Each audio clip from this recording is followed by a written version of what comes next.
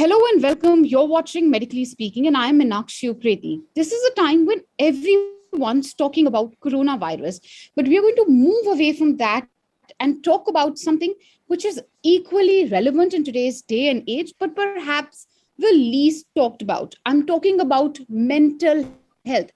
Now, it's a significant day, an important day, but I'm sure many of you may not have heard of it. It's a suicide prevention day. Why is this day important? What should we do, or how can we help those around us who are suffering, have depression, anxiety, and perhaps cannot come out? How do we ensure that they do not reach that path of suicide? To discuss that and more, and the theme of the day, the significance of the day, I have a team of experts with me. Thank you all for joining us. I have Dr. Sandeep Vora. He's a senior consultant, mental health and psychiatry from the Apollo Indraprastha Hospitals. We have Dr. Jyoti Kapoor. She's a senior psychologist from Paras Hospitals. Dr. Harpreet Kaur, senior psychologist from Women's, also with us. And I also have Dr. Akansha Batra. She's a senior psychologist from Medanta.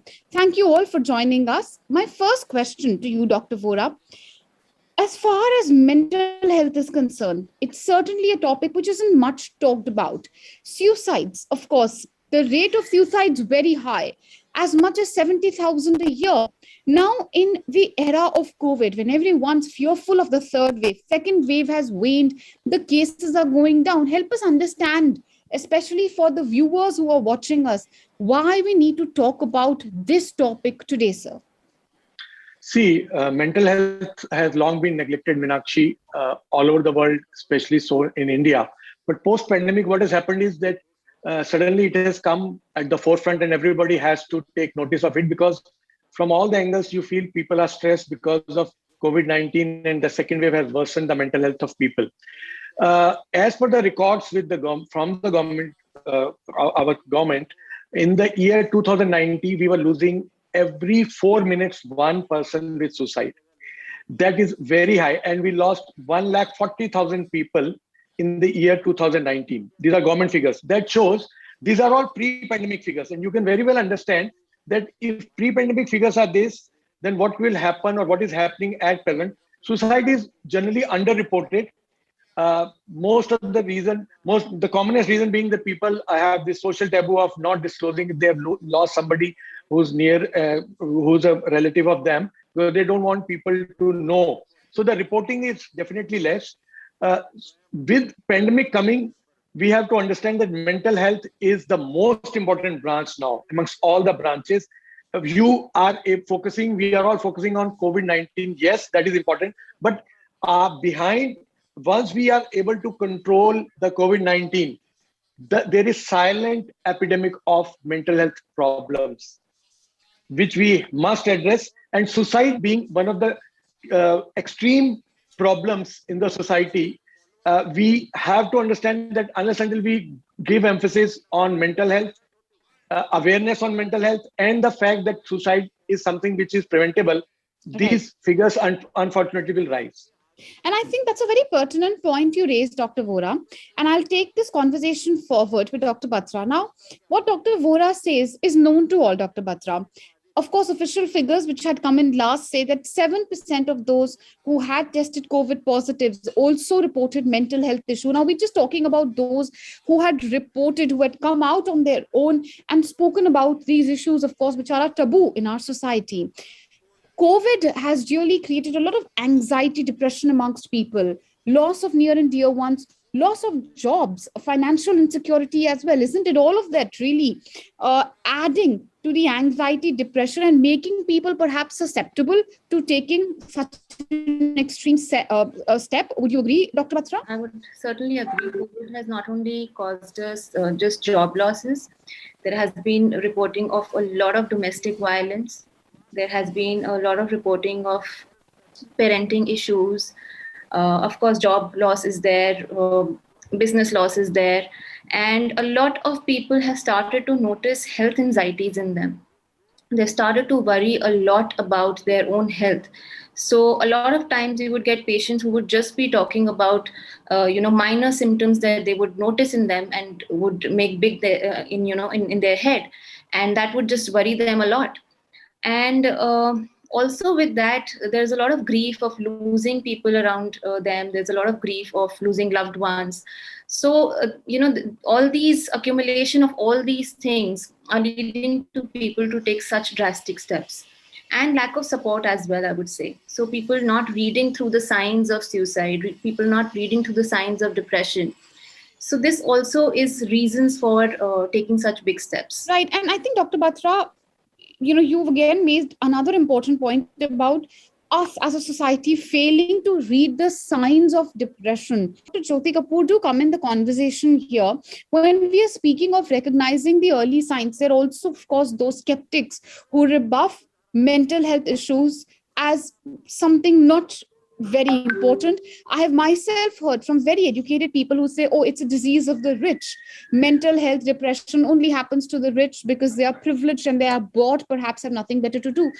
How would you like to really debunk this myth today, considering it's such an important and significant day? Yes, Meenakshi, you are rightly pointed out that there are so many myths and fallacies surrounding mental health issues that even amongst us doctors, amongst psychiatrists, there will be people who would still be questioning themselves because all their colleagues are questioning them. So first and foremost myth that surrounds mental health is that people tend to feel that if it comes to your mind, if it comes to feeling sad, it should be in your control because most of us should be able to control it. So if somebody says, I'm feeling sad, the other person will say, come on, man, get out of it. You're not going to feel sad. You should make an attempt. We have patients coming in and their caregivers, parents, spouses, coming and telling that, look, this person, he doesn't even try. He's always thinking negative. He doesn't even make try to, think positive.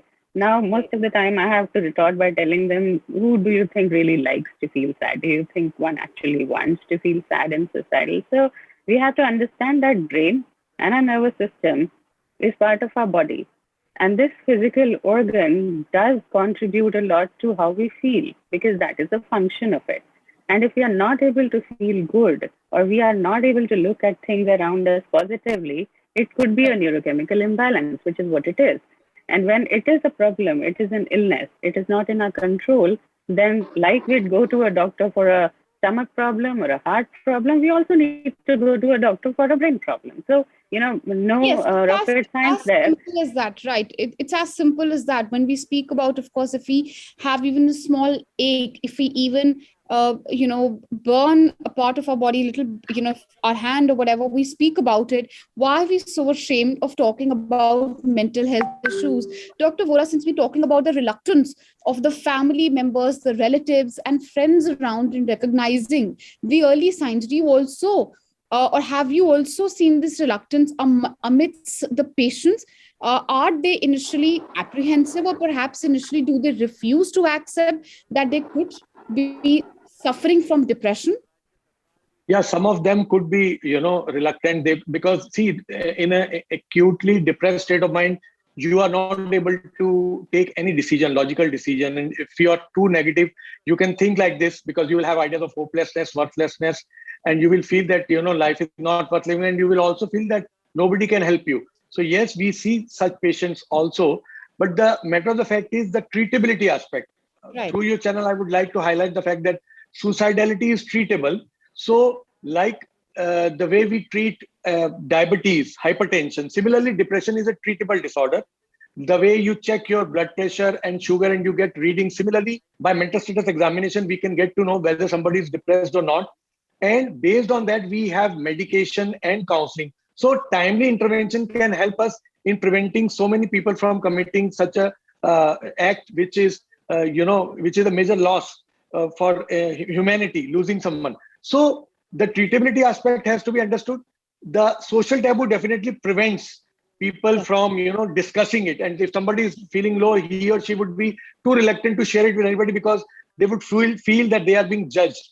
So all these things have to be understood. And the most important aspect is that if you have anybody in your family who is depressed, the best way is to start a dialogue, encourage that person to speak. And if there is even a casual mention of suicidal ideas, that should be seriously taken by the family members or their loved ones, so that they can immediately connect to mental health professionals and seek help. Right. So you say even if someone mentions casually that they're suicidal, it should not be rebuffed, which it is. You also spoke about two other things. One, of course, counseling. The second, medication. Dr. Batra, are there myths around medication? Because now we have many celebrities also. In fact, within India as well, it's a certainly positive change of trend that people have started coming out and speaking about mental health issues. I would still say the taboo exists, as all of you were saying. It's not been normalized completely, but counseling is something which many may still be open to. Do you face resistance when it comes to prescribing medication and following through? Yes. So a lot of times when we would be through counseling telling the patients to, you should start some medication or we should refer you to some psychiatrist. So they have a lot of questions like, these medications are going to be taken for lifelong. Are they going to be addictive? Am I going to be Yes, sleeping actually, I've throughout the heard day? it from many people. Is it addictive? Will I feel sleepy through the day? Tell us more about that. So yeah, so there would be questions like I would be taking it for lifelong. People are going to call me names. They are going to refer me as a mad person, and am I going to be sleeping throughout the day? How is it going to help me? There would be resistance to medication, but we also have been seeing resistance towards counseling as well. So people do not really want to be seen around a psychiatric department or going to a psychologist. So a taboo of confidentiality or not being seen around a psychologist or a psychiatrist is also there. So we need to do a lot of counseling for the caregivers and the patient themselves regarding the medication, as well as how the treatment is going to be Okay, I followed think up. Dr. Vora wants to come in here, and then I'll go to Yeah, Dr. yeah, Just yeah. I will tell you, Meenakshi, that once you say that medicines are addicting, the best example which we give, which is immediately understandable, is I asked them, have you known, is anybody in your family taking medicines for high blood pressure? Is anybody taking medicines for diabetes? So our medicines are similarly like that. So why should you think like that these medicines are going to be lifelong? If in some cases you feel there is severity of the illness and you have to give it for long term, it is life saving. One. Second part, what has happened, it's a blessing in disguise. Post pandemic, government of India has released telemedicine guidelines. So the social taboo aspect, anonymity, all can be actually taken care of if you are going through digital mental health. So all over the country you have all digital health services. So digital mental health is the way forward, and people who are reluctant or have some issues as far as disclosing it to near and dear ones, they can simply log on, go to the nearest online available mental health professional and seek help. But remember, life is very precious. Right, of course, but a lot of it would depend if you're able to detect the early signs. Dr. Kapoor, what are the early signs which one needs to watch out for? All right, we have anxiety, we have hopelessness, but these are not very easy to catch. Many times, of course, the one who's suffering generally suffers in silence because of the taboo and the social stigma around, of course, mental health issues. And second, is, of course, the obliviousness. I will not just say the resistance, but sometimes it's just obliviousness of those around the patient to be able to help him or her to begin with. Right, Meenakshi. And see, we already know that 90% of the people who commit or complete suicide have mental health issues. So this is a significant thing. Plus, secondly, the stats we have is that most of the suicide currently are occurring in the age group of 15 to 39 years. And that's a very young age. So when you have young people coming with, neuropsychiatric or psychiatric issues, it's not just depression or anxiety. There can be a number of problems that can cause one to have suicidal ideation. So one is talk, the most apparent. If somebody is talking about suicide, if somebody is saying that he or she feels life is not worth living and what's the point of going on and living, then it has to be taken seriously. One. Second is behavioral changes. Often you will see that people who used to be usually talkative and gregarious have stopped, interacting with people, are withdrawing, are not, doing things that they used to enjoy doing. Second important behavior, and which is very, very significant, is that one starts actually talking about death more often, or starts looking for, online or offline literature on suicide, death, means of committing suicide, you would often find nowadays younger people, searching the web a lot on suicidal means and how it is done. So that's a very significant thing that can be, figured out and noticed, and we tell parents to keep a watch in that regard also. The third important sign of suicide is, other than the biological changes of psychiatric illnesses, as if not sleeping, not eating, etc., is substance abuse. Many of the people start consuming liquor or start, smoking or doing drugs more often in the period when they are acutely stressed or start feeling that they are of no use or life is not worth living. So all these signs are very significant telltale signs. Once we have seen the signs, there are screening instruments, suicide screening tools available, which are very simple questionnaires, which we can use to find a cutoff that, okay, this person is having active suicidal ideation or this person is not and the having type of active suicidal intervention which ideation. is required. But once, Harpreet Kaur, once you have been able to detect that a person indeed has suicidal tendencies, what would be the first immediate step which you would take, and what would be your advice to their family and friends? So first and the foremost thing, when we know that person has suicidal tendencies, we refer them to the psychiatrist for the medication. That is must when person is having suicide tendencies. Plus, we also advise get admitted to the hospital, because it's very important to take care of that kind of a client, because under the effect of disease they can do anything and can do take any step. So it's very important to be admitted or under observation for 24 hours. So if going home, we counsel, we psychoeducate parents, and that they have to be with the client 24/7. They can't leave the patient alone, not even a bathroom, not while sleeping. So simple things like there should not be any sharp objects near the client. There should no wires around the client, and medicine should not be in hands of a client. It should be under the observation. Can only parents or a caregiver can give the medicine. So these are few things that we have to keep in mind when client has suicidal tendencies. All right, so from counselor, of course, it goes to the psychiatrist and the specialist, and then, of course, it's 24/7 care, which is provided, of course, to such patients. But, Dr. Vora, we are speaking about the suicidal ideation treatment. So the treatment itself is extremely important, and there's a lot of lack of knowledge around it. Help us understand, really, if someone does have suicidal tendencies, how do you treat that patient? What really is the diagnosis we've discussed, but what's the treatment? Okay, so let's say that let me divide into three parts. One is suicidal ideation, second is suicidal attempt, and third is suicidal gesture. Three parts. The degree of severity varies. So if somebody has suicidal ideation, it could be a temporary setback in the life and you fleetingly have it. For that, it's important that you talk to somebody and see how far and how serious that is. Suicidal gestures are usually ways in which somebody is trying to ask for help. For example, wrist flashing or something like that, in which the patient has actually tried to do something, but it is not that serious, which could have caused death. But the third and most important for us is suicidal attempt. Yeah. Suicidal attempt is actually when somebody has tried to hang himself or herself, or has tried to take a drug overdose. So depending on the degree of the severity of the symptoms, the treatment is based on that.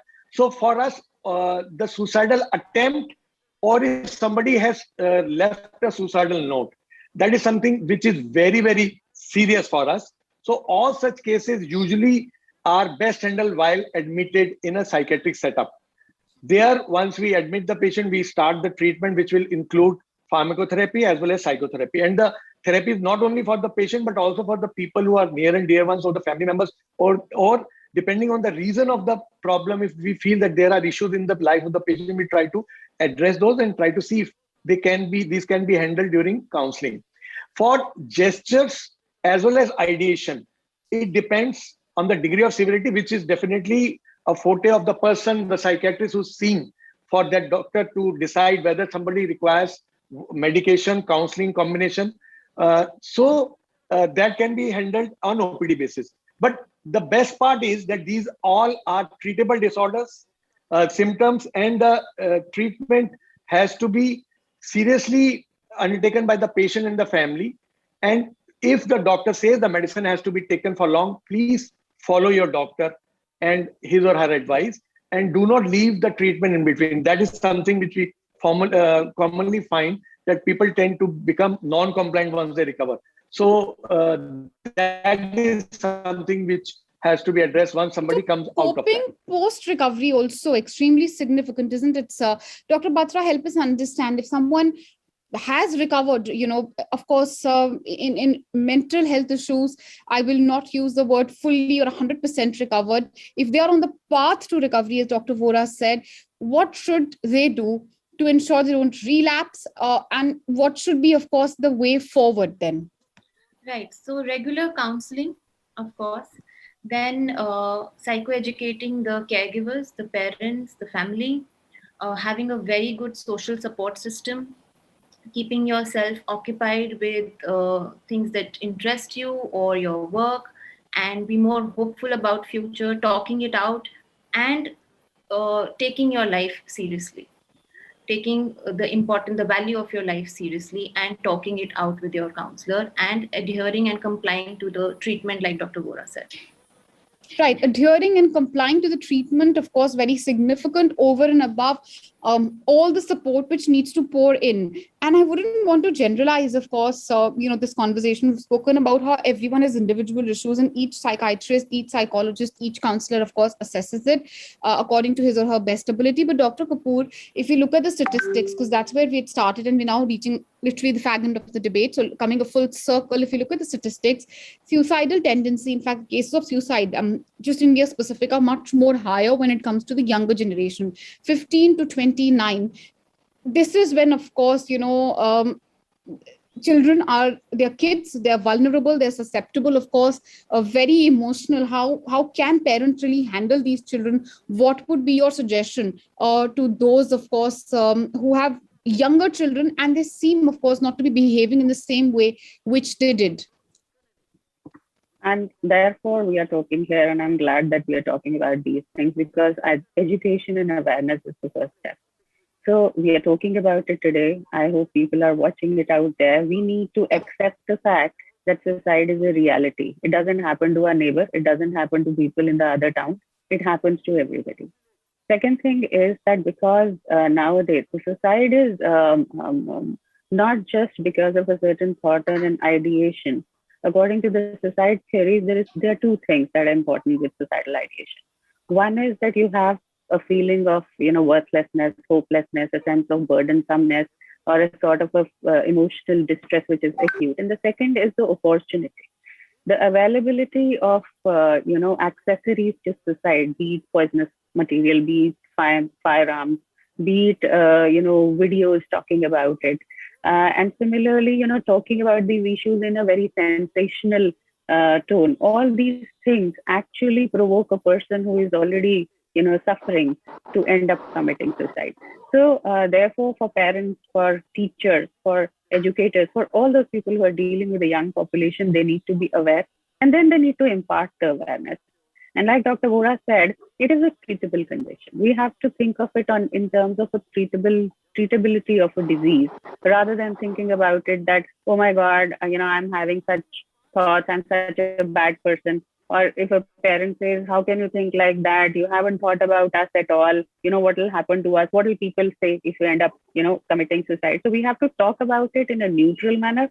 We have to talk about it in a manner which is non-judgmental, non-blaming sort of a manner. So the person who is going through these kind of thoughts can talk about it.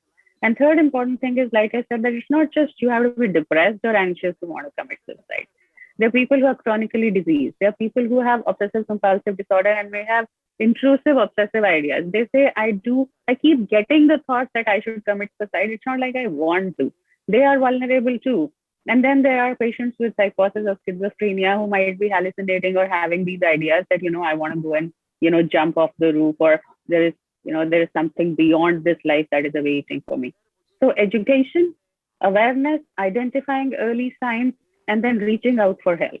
So these are the things. And final thing I want to convey to the people out there: just talking to a psychologist or psychiatrist is not going to put a label on your head. So at least go and talk. It doesn't mean that if you talk to a So it has psychiatrist, to they're going to also put be pills in your holistic. Absolutely, it mouth. has to be a holistic support system and a holistic approach. Dr. Bhan, my last question to you as a counselor. How do you counsel when, of course, someone younger comes to you, susceptible, as Dr. Kapoor said, perhaps influenced by sensational tone sometimes, which is taken unfortunately in the media as well. Then you have, of course, the entertainment industry. Dr. Vora had spoken about slashing of wrists. We see that in our movies very commonly. Lovelorn boys jumping off roofs to convince their girlfriends. Those cases are pretty often. How significant is this to not talk about mental health issues frivolously? So there can be, as Dr. Vora said, there are different reasons why person commit or can have this kind of ideation. So sometimes person have because of the hereditary. Some people have because of some bad experience in their life. When it comes to younger people, they face this. So sometimes people learn from the observation what other people are doing. So depending on the case, depending on the age of the person, depending on the case, we try to help the person to, basically the main idea is to challenge your negative thoughts, because when person has depression, they are having lots of negative thoughts about themselves, about the world around. So how to challenge those negative thoughts and change into the reality and think logically? Because whenever anyone has any mental health condition, there are definitely difficulty with the thinking, how you are thinking, how you are You said perceiving. channelizing, of course, your energies from negative to positive, but overall holistic approach and involving family members as well. Dr. Vora, last word to you. I know you want to elaborate and take this conversation forward. This time, of course, the theme of the Mental Health Awareness Day, the Suicide Prevention Day, is also creating hope through action. What action should be taken to create this hope? Last word to you. What would be your suggestion to those perhaps who are watching the show, sir? The first thing is that remember that degree of the depression determines whether the somebody is open for counseling or it has to be through treatment with medication. So let the clinician decide if there is something moderate to severe range. One. Second, impulsive suicides are well known. So many times you see this is a category either young and adolescent without any telltale signs. Suddenly they could be impulsively going and they could be committing suicide. And people who are under alcohol and drug abuse, if they are abusing this, they could be going into category of impulsive suicide. The most important aspect is I really appreciate NewsX for highlighting this suicide aspect of mental health problems on a Suicide Prevention Day. But the role of media is something which is very, very important. And unfortunately, many times, media's reporting in as far as suicide goes can become detrimental to the mental health of We had people who seen are that, watching. and a criticism taken. We had seen that in, of course, Sushant Singh's case. It was nothing but Yes. for many. Unfortunately, it was overhyped and sensationalized, which, yes, I agree with you. It So wasn't. WHO, yeah, Meenakshi, so WHO has a guideline, Indian Psychiatric Society has guideline. My request would be, like your channel, you are handling it is so sensitively and responsibly. All channels should handle suicide in a very dignified and responsible manner. And the message should go that it is preventable. If somebody has done it, that person did not take the help, you should take the help. Well, absolutely, sir. I think you've summed it up very pertinently. Not to sound defensive, but on NewsX, we had chosen not to sensationalize the Sushant Singh case, and we've not reported each and every development which had come in, like many others. Were not on it 24/7, but certainly that is a point, and rightly so, for media also to introspect. It's been a very holistic conversation, and I really hope it's helped the viewers. If it's helped even one person, we would have considered our job done. If you are feeling any sort of sadness, depression, anxiety, the symptoms, of course, which have been identified and mentioned by the experts here, please take help. we're all here for you, family members. I hope friends and family understand it's not a taboo subject anymore.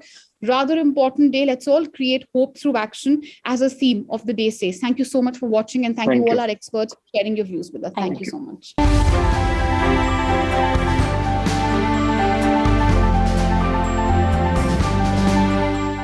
For more such videos, subscribe to the NewsX YouTube channel, hit the bell icon.